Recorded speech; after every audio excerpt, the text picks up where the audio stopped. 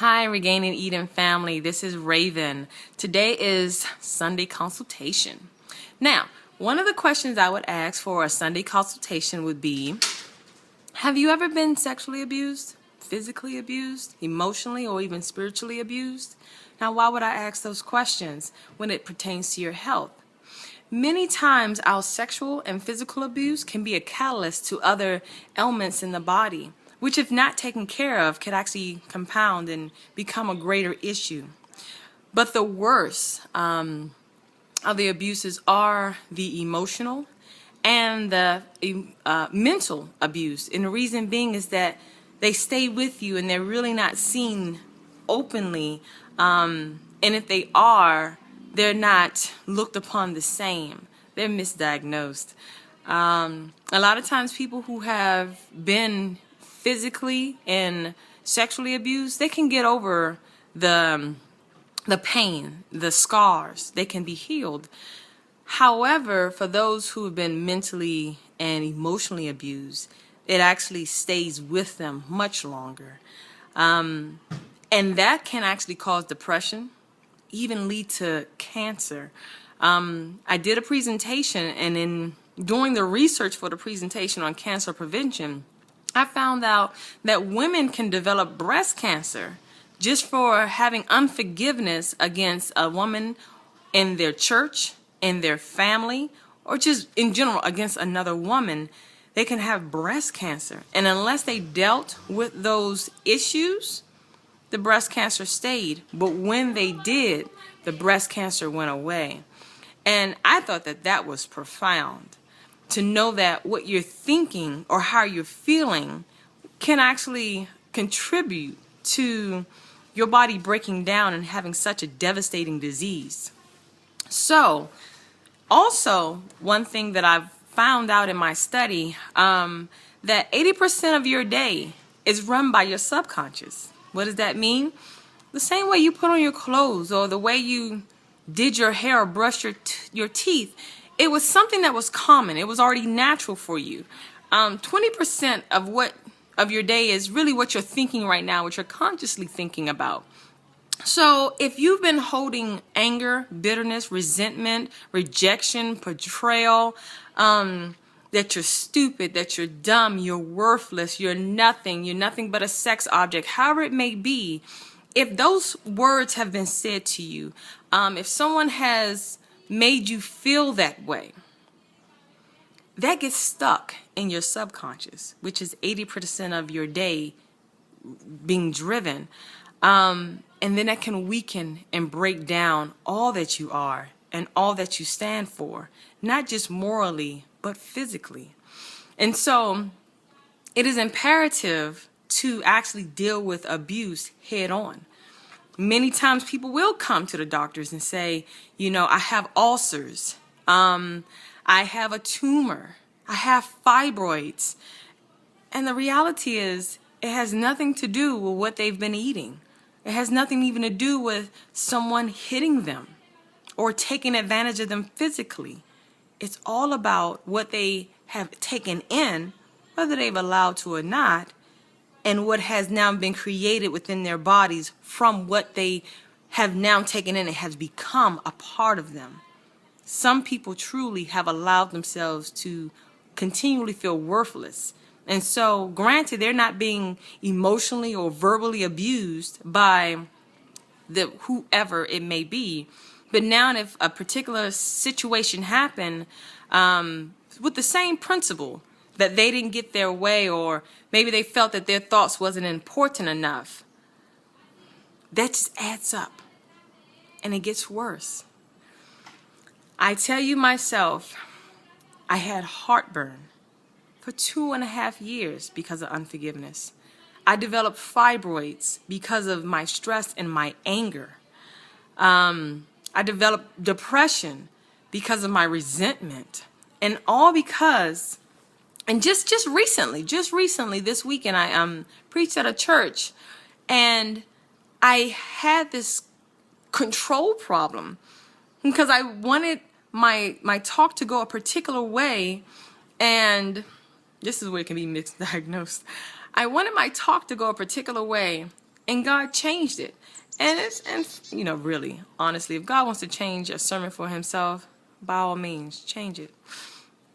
But because God is still dealing with my subconscious, dealing with me losing the ability to have respect, someone destroying my boundaries, now I cling to control because I will not have someone take my boundaries and destroy them or misuse me again. Now, granted, is that the situation that's happening? Of course not. But the emotional bank of I'm losing control, this is not the way it was supposed to be, this is not what I want, comes up and it shows itself in varieties of ways. You can be very controlling, you can be very, very overly submissive, like a walk, like it's just like a mat. We could be, it's a pendulum, what we could be. So it shows itself in varieties of ways. So many times when we're seeing symptoms of people being bitter or controlling or overly submissive or very opinionated or very judgmental, a lot of times it's because of how they were treated. And they don't put two and two together, and many other people don't put two and two together. And so it just keeps perpetuating, causing more problems. So if you've ever been emotionally abused, if someone ever made you feel like you were worthless, verbally abused, maybe even like even for myself, when I was abused, the person wanted to pray afterwards. That in and of itself made me really question, who was God and why did he allow this happen to me? That messed up my spiritual walk. So a lot of times when we talk to a person who's been abused and we say, pray and talk to Jesus, a lot of times they've been abused by people who were from Jesus, who utilize scriptures, who've done a horrible amount of things and used in what we call spiritual abuse. I tell you, it's evil. And a lot of times we don't know how to diagnose the problem. But take the time, seek the Lord. And when you're dealing with people, even think about that. Like, have they ever been highly criticized in their life? Have they ever felt that whatever they had going on in life wasn't good enough? They could always do better. There's a reason for that. And many people don't call it abuse. Many people just call it tough love, facts of life. Who knows? We always come up with some kind of answers instead of saying the reality is that's just not how God works. That's not how he communicates with us. And so, and a lot of times, one thing I also learned, with abuse, we just really don't, if you ever have a person a lot of times who don't have a high self-esteem, like me, I don't know if you see my eyes, I've always had these little bags or puffiness right here. My eyes have always done this. And I had to look back at some of my older pictures and realize that's how God created me. Now, I don't like it. But if I probably didn't go through all that I've gone through, I probably wouldn't hate it as much. You know, granted, me staying up late or the way I've lived my life before I knew about the truth has probably caused this worse than what it should be. But I've always hated what I looked like. I've always hated my eyes, and I've always hated my skin and my lips and my teeth. I've always hated everything about myself because I was never good enough. And that kind of thinking will continue to destroy your immune system. And honestly, in the bigger picture of everything else, it's just looking at varieties of things that can destroy the immune system. So, this is a long video. I probably should cut it short now. So I'm going to say, if you've ever been abused, the first thing I would tell you, of course, like Raven always says, go to Jesus. Hit this head on. Tackle it head on and say, Lord, I need some healing, and I know you have it. Get out in the sun. Vitamin D is great. I just got finished mowing my lawn. I tell you, the exercise was great. Trust in the Lord with all thy heart. Lean not on your own understanding. In all thy ways acknowledge him, and he will direct thy path and heal thee. He will heal thee. Okay, guys, this is Raven for Regaining Eden with Raven. You have a wonderful day and great week. Bye. Hi, I at least want to add this part.